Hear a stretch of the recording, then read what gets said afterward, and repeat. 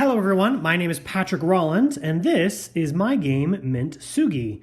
Now, Mintsugi is it's a mint tin game, but it is based off of the Japanese practice called kintsugi, which is where you repair any sort of broken pottery with gold to highlight the history of the item instead of trying to repair it with super glue or just try to hide the damage or just to get a new one.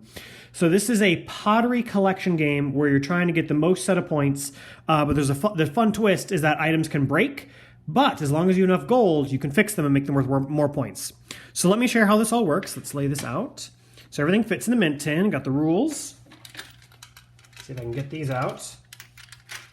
All the cards, all the gold pieces. We got a ton of gold pieces, a first player token, and a bunch of cards.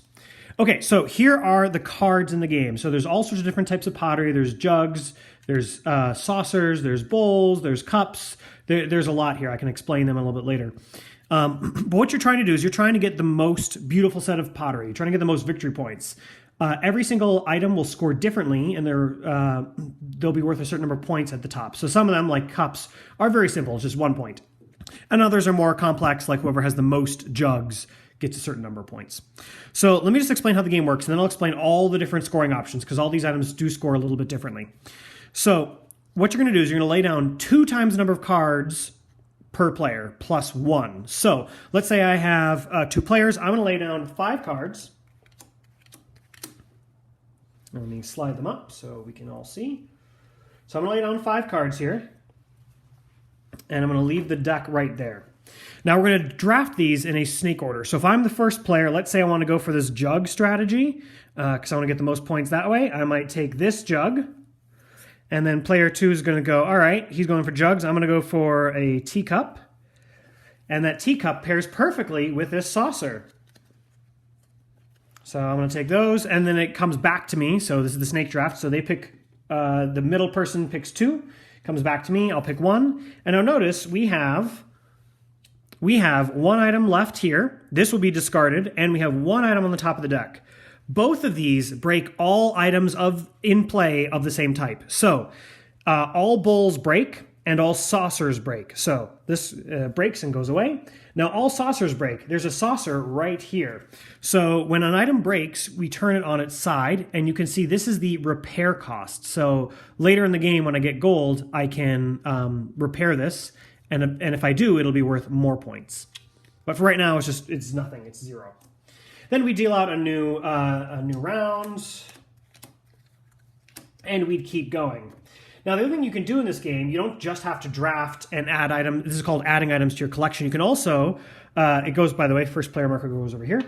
This person goes first. He says, wow, I got a broken item. I am going to draft an item, but instead of adding it to my collection, like so, I am going to sell it. So when you draft an item, you can choose to add it to your collection, or I'm going to sell it.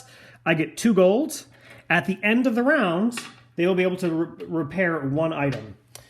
So I might go over here and get a cup and this cup, and this person's going to go back to another saucer and another. This person loves saucers. And at the end of the round, they can pay this cost right here, 1 gold, and repair it. So that is basically how the game goes. In a 2-player game, there's about 8 rounds. In a 3-player game, there's about 6. And for a 4-player game, there are 4 rounds. Now, each item does score differently. So cups are just worth straight points. They're 1, and then they're 3 if you fix them. Jugs are the most, whoever's the most gets 6. Saucers multiply cups.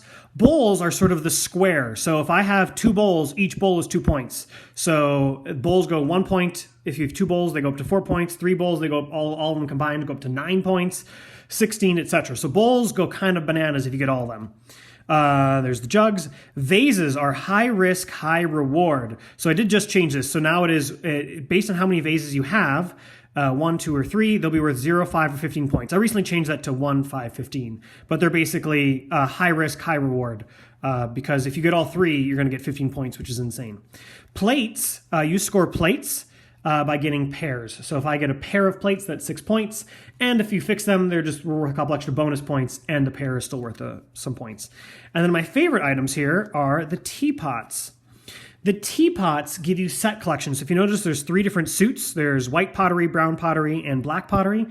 Teapots give you points for each type of pottery. So this will give me all points for white pottery.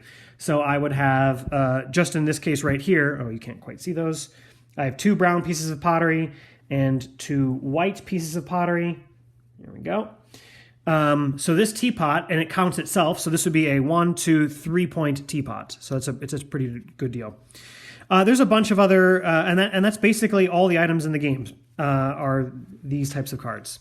So that is my game Mintsugi. You just keep going until all the items are drafted, until you run out of cards, until you can no longer set out a whole array of cards.